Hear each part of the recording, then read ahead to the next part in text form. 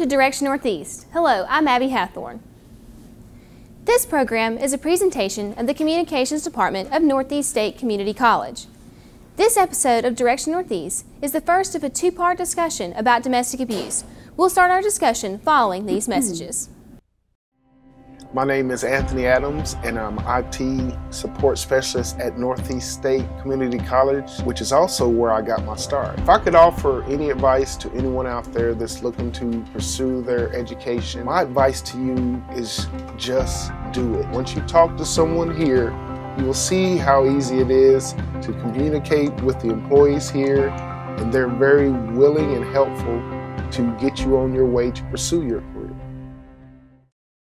One of the most troubling issues in America today is the persistence of domestic abuse. On average, 24 people per minute are victims of rape, physical violence, or stalking by an intimate partner in the United States. More than 12 million women and men over the course of a year. Today, our guest, Ms. Debbie Masters, a community educator from Abuse Alternatives, will try to shed some light on the domestic abuse. Ms. Masters, welcome to Direction Northeast. Thank you for having me. To get started, what is your job as a community service person with Abuse Alternatives? Well, I'm one of the two community educators, and we go into the community and we give presentations and do trainings and teach classes on anything and everything related to domestic violence, such as dating violence or bullying, positive coping skills. We do a lot with healthy relationships. And we work with all ages from kindergarten through adults. We go into churches and civic groups. We go into the schools and do programs there as part of their curriculum. And really just most anyone who's interested in anything related to domestic violence. Now, because domestic violence is definitely a hot topic here in America, we just don't talk about it. How are ways that you go about educating those people, of all ages, to know what domestic violence is and all the different types that there are? Well, in most of our presentations, we'll include something about red flags or warning signs that you can look for to if you feel that someone is in an abusive relationship, or if you feel yourself going into one. If you feel like your partner, for example, is violent. So you would look for things, we call them red flags, but like how controlling is that person? Are they kind of wanting you to assume their identity instead of thinking for yourself? Those are just a couple of things. Now, as far as when we're talking about the statistics of domestic violence, and according to 2014 statistics, like 73% of domestic violence cases go unreported. Why is it that it seems to be so unreported, especially in this area? Well, I think it's because of the shame and the embarrassment. Victims, and I don't mean just women, there are male victims and an increasing number of male victims all the time, but victims feel embarrassed and ashamed because they feel like it's something they could have stopped. And they think also that society is judging them if they bring it up. Someone will say, well, why did you stay? Or, well, I don't believe I could stay if I were you. Or, why didn't you leave? Couldn't you leave? And there are so many factors and so many dynamics involved in domestic violence and why victims stay until they finally have had enough and have to leave, that people just don't understand. And so a lot of it has to do with shame and embarrassment and not wanting people to know what has happened to them. Yeah. And I guess one of the biggest issues too is everybody says, as you were saying, oh, well, just get out of that relationship. But it's not always that easy, right? No, that's a very, very simple answer to a very complex problem. Because the victim, if it's a woman, for example, is probably thinking about her children. She may be thinking, well, how can I support myself without his income? Many times in domestic situations, the male partner, may have forced her to quit work, won't let her go back to school to gain the skills to make a good living. All of this has to do with control, power and control, and keeping her in his little world and controlling her. So, and there are just so many factors. Religious reasons for some. Sometimes family says, you've got a good thing, go back. They're afraid people won't believe them. But 40% of all homeless people in the nation are homeless due to domestic violence. So trying to come up with a way of supporting yourself once you've left the relationship is a very, very huge factor in domestic violence. Yeah, that's some pretty heartbreaking statistics as well. And when you think of homelessness due to domestic violence, who are you seeing on the streets? You're seeing women, and quite often women have their children with them. Yep. And on the subject of children, often, especially when we speak with the survivor later, when children are involved or they even grow up in that situation, it's a lot harder for them to get out or even break that cycle. What's one of the ways that you go about transitioning into that? Well, that's a lot of what I do, education and public awareness.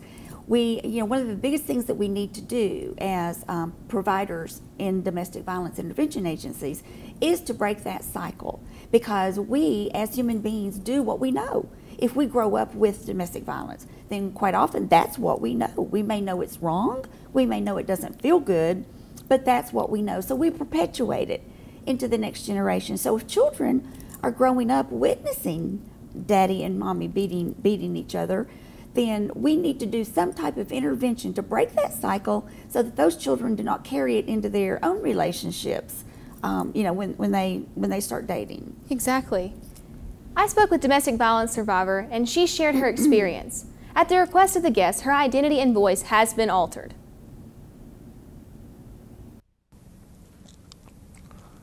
And, for me,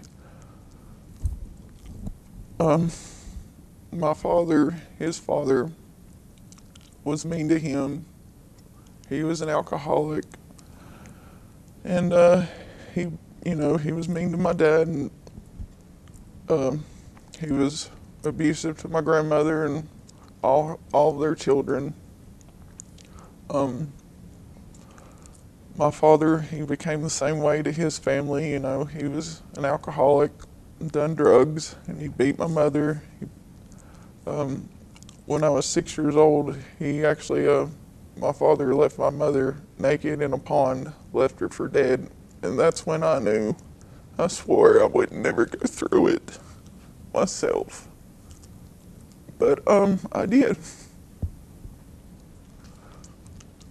And so I knew when I seen that the same things was happening to me that was happening to Mama, I tried to ignore it, I tried to put it in the back of my mind. I, prayed to God that I'd get through it. But I knew after it got so bad, I knew I was probably not going to make it unless I put my foot down and took that chance to get out. So that's what I did. And I knew if I didn't break the cycle that, my daughters would be going through the same thing. We continued on in the interview, and I asked her when she realized it was time to get out of her situation. My wake-up call was when I realized I was lying to myself, And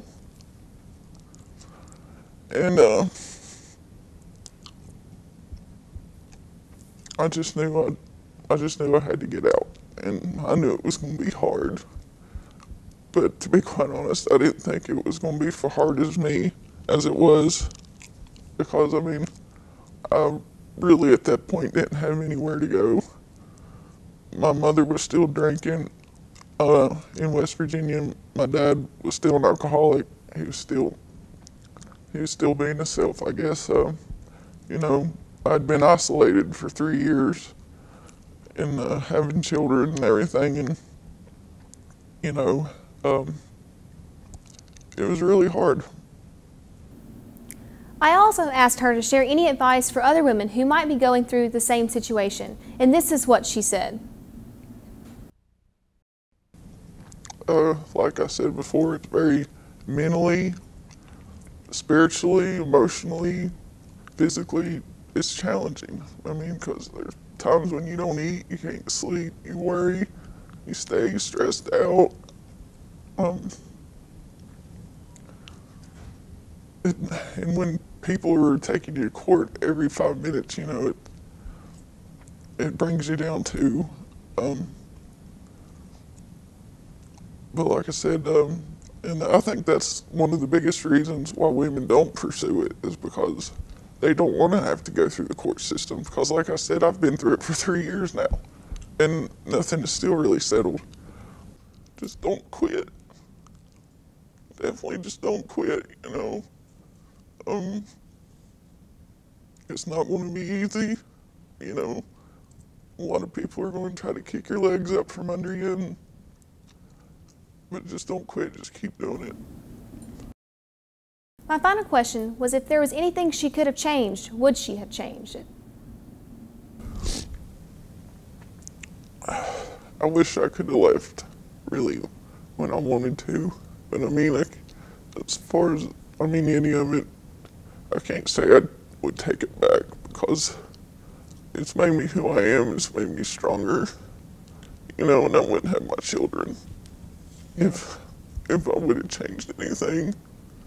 So I can't really honestly say I would have changed anything. Now, Ms. Masters, on the subject of how delicate of a topic domestic violence is, whenever you're talking about it, especially when there's situations with survivors, what's one of the ways that, or I guess why is it so hard to talk about this, and why is it something that's so taboo to bring up, and even, because it's something that needs to be changed? Mm-hmm. Well, I think so many people are touched by domestic violence, but they, you know, if it's not personal, then it's someone that they know, a family member, an acquaintance. Yet it's still something that we're trying to bring to the forefront. But I think that it's, again, you're going back to embarrassment and shame. You know, it's not looked at as something that you had no control over. For the most part, I think society looks at victims thinking you had the control to stop this, or you had the control to change this, so why didn't you? So what society does is they put that responsibility back on the victim. So in a way that she or he is victimized twice. First, with the abuse. Secondly, judgment. You know, some people are so judgmental. As I said, why didn't you leave and how could you stay? So they start to internalize and feel like, well, what's wrong with me? What could I have done differently? Why did I stay? And there's just so much more involved in it than that. And so I think it's society's perceptions of us if we're unable to leave. Now, being in the South, and we know our situation, we don't know what it's like, you know, in other areas. So how does economics and culture play a role in that domestic violence rate in statewide? Pretty much domestic violence knows no real boundaries. It doesn't matter how wealthy you are or not. It doesn't matter your ethnicity, your culture, your gender. Domestic violence can touch anyone in any type of situation at any time. We work with a variety of victims, from people who have higher education to people who didn't finish high school, people who come from abusive backgrounds, people who've never had it in their families. There's just no real formula or no real, there's certainly not a typical victim of domestic violence, not at all. In fact, I've taught school for many, many years and worked in a variety of nonprofits. I don't believe I've ever seen anything more non-typical than domestic violence. There is no real typical victim of domestic violence. Now, because it is this thing that it's all behind doors, and nobody talks about it, it's because it's hard to talk about it. So what is this idea of how it's the overall threat to the community? It's not just a threat to people and their children or their family members, but it's also a threat to the community. How are your feelings on that? Well, I think if we don't deal with it, if we don't address it in an effort to eliminate it or at least to reduce it, then these victims are carrying this with them into their children, and their children into their children. Also, without intervention, a victim may be carrying that into their next relationship if they don't learn things to look for, strategies to use to determine whether or not you feel like you're a potential victim. And then if we have a lot of people in a society who are being controlled, which is the case in domestic violence, those people they carry themselves into the workplace, not just personal relationships, but the workplace, into friendships, into community settings. And so then I think it just is like a disease, and it just kind of permeates and affects so many other people that we're with. Oh, definitely. So as far as being prepared for, everybody, it can happen to anybody. We've discussed that. It doesn't matter your gender, no matter your race or where you're from. So what are some of the safety plans that people can go through to try to avoid that, or even get out if they see that they're coming into that situation? There are a variety of things that a person can use. One of the best things, I think, is to make sure that someone knows that you are in an abusive situation, and come up with a code word, for example. If they hear that code word, if they call and all they have a chance to say is, for example, tree, then that neighbor or that friend needs to understand that when their friend calls and says that word, that means nothing more than, I'm in trouble, I need help. Please call the police if they're not able to. Also, we ask people who may be victims to start collecting things, like putting some money aside, copies of certain things, put them aside in a safe place, a place where the partner, the abuser, might not be able to find it. Because we deal with so many victims who see this little window of opportunity and they just fly at it. So they have nothing. They come to us quite often at our shelter with no clothing, no birth certificate, no social security card, certainly no money, maybe just the clothes that they're actually wearing and their children. So if they have some time, and they may not, but if they do, if they could put a few things aside so that they could grab that as they leave the house, and then maybe be better prepared to start the healing process, then and then also just look for those types of red flags, the increase in control, the increase in disagreements and conflict, to start thinking about, maybe I need to make a plan to get out if I ever have the opportunity. And definitely. And when I spoke with the survivor, she said that she's been going through this situation for about 3 years, trying to get out. And that's a long time to be stuck in something like that. So why is it so difficult for women and men to get out of these domestic violence situations on a court level, on a legal level? Well, quite often we find with clients that cases are continued. They'll go to court, they'll be ready for court, and then for whatever reason, and there are a variety of those, the case is continued. And then if it is, that might be 2 or 3 months down the road. So the same situation is carried on until they end up in court again. And then it might even be continued again and again. So quite often there are no quick resolutions to a court case. Everyone has the right to representation, the perpetrator of abuse as well as the victim. So you've got attorneys, working, sometimes trying to get additional witnesses, or maybe even trying to get the case postponed at times. And then quite often too, attorneys will say, we work so hard preparing victims for court, and then they don't show up, or they drop charges before we get there. And I'll say, well, think about, what is it that you think that victim is scared of? And the fact is that when she goes to court, her abuser is there. She's facing her abuser. Her abuser may be sending her signals that she's certainly aware of what they mean, or making, faces at her, dirty looks. So she becomes intimidated. And as a result, quite often, or not quite often, but as a result, those victims sometimes are too afraid to continue, because victims are afraid of dying. They're afraid they know how angry their abuser can become because they've lived with it. And the most dangerous time for a victim to ever in a domestic violence situation is when he or she leaves, because the abuser is losing that control, and they'll do anything to keep control over that victim. So that is when many homicides in domestic violence are committed, is when the victim tries to leave or soon after. So it's a very dangerous time. Now, I was doing some research before the show, and Tennessee is actually one of the top 10 for domestic violence and even domestic homicides and things like that, and murders. And so there's I think it's about 30% of women that are murdered in America and even parts of Tennessee. It's because of domestic violence, and they're murdered by their boyfriends or their husbands or their significant others. What kind of role does that play? Is it only when they're leaving, or is this kind of like an accidental thing, or what do you see and what you do? Well, I don't, of course, deal with the homicidal part very often, because I work more with the community as well as the victims who have managed to safely get away. But no, any victim is in danger once the violence begins, because quite often once the violence begins, it escalates for one thing, and it becomes more frequent. So the abuse becomes more dangerous. She's in greater danger as time goes on. And so abuse, homicide, hospitals, going to the hospital can happen at any time in that relationship.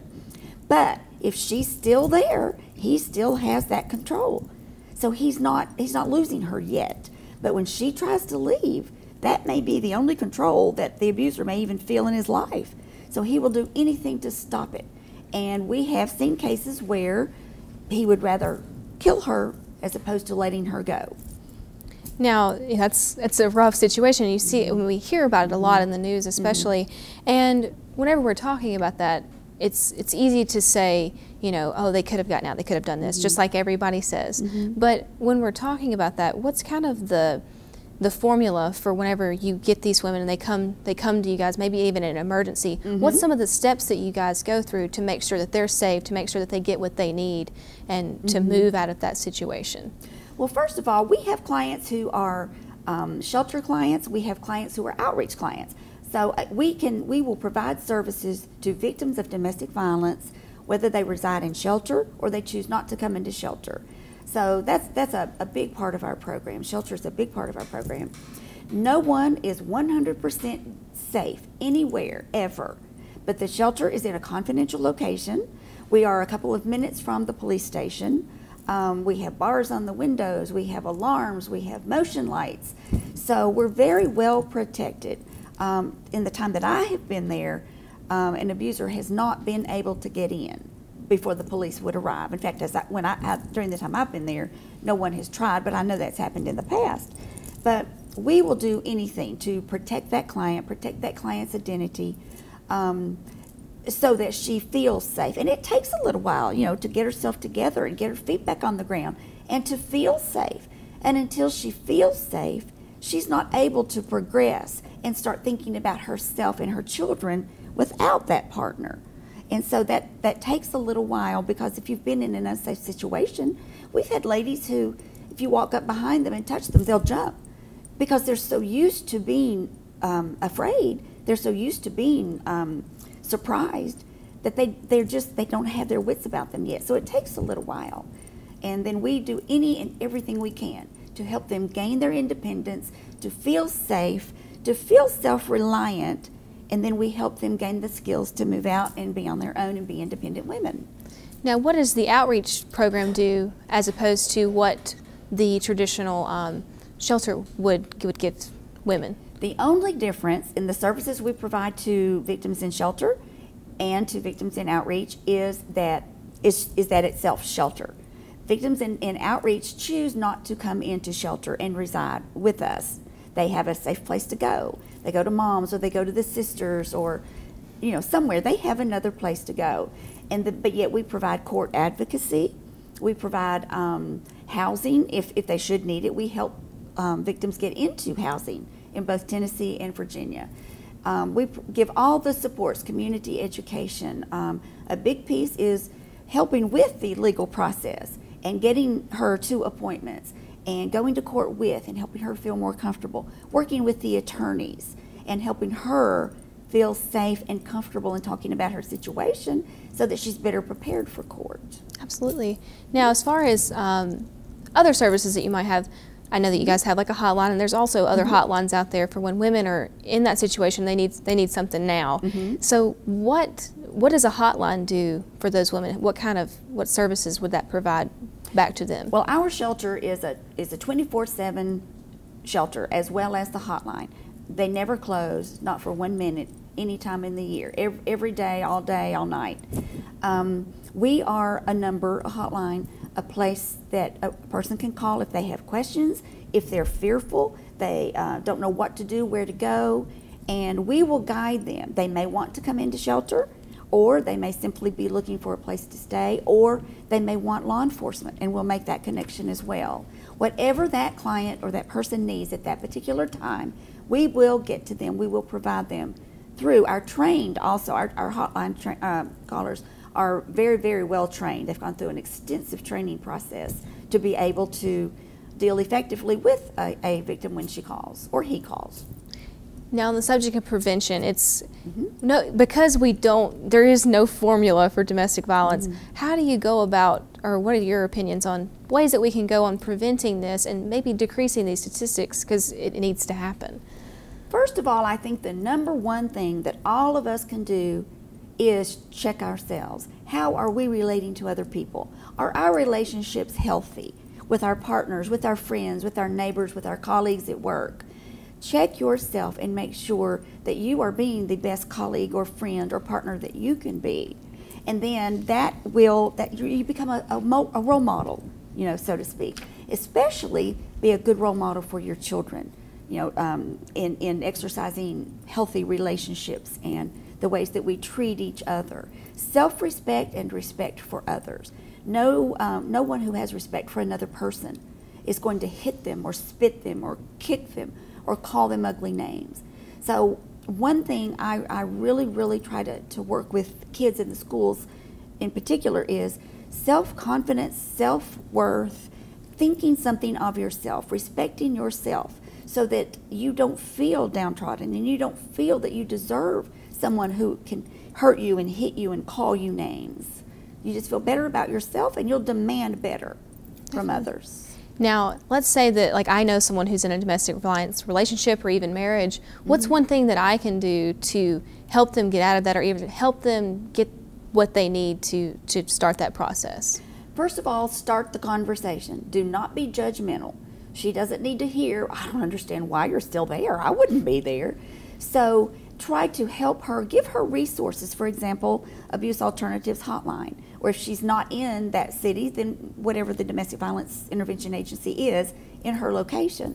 But be a friend first and foremost. Make sure that she understands that what's happening to her is not right, and it's not the way that you conduct yourself in a relationship. That sounds a little silly, but there are people who become so used to it that they start to lose the understanding of what's good and what's bad in a positive or a negative relationship. So be a friend, provide resources, talk to her. And then maybe you can suggest, well, do you think that maybe you need to, maybe think about getting out of this relationship? And if so, there is so much online. There are so many resources in the community. You can call us and we will give you any resource on anything that you might need until that person is ready to leave. And then maybe go with her. If she wants to go to therapy, maybe help go with her, accompany her so that she's not alone. Oh, definitely. That's a great way to go about it. Thank you. We'll be right back in just a moment to wrap up Direction Northeast. I am the fourth generation of my family that's worked in automotive repair. My father always worked on cars, and his father was a mechanic. And my great-grandfather was a blacksmith. My name is Eric Henley, and I'm an automotive technician. And I got my start at Northeast State Community College. A 2-year degree from Northeast State gave me the opportunity to own my own business and to support my family, which is what's most important. One thing I learned as a student at Northeast is that when you work hard enough, there's no limit to what you can achieve.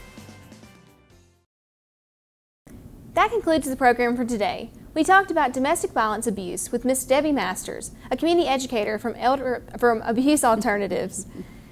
Community is very important to the students at Northeast State Community College, and this program takes a look at a few of the subjects they find important. Until we meet next time, on behalf of the students, staff, and faculty of Northeast State Community College, I'm Abby Hathorn, and this is Direction Northeast.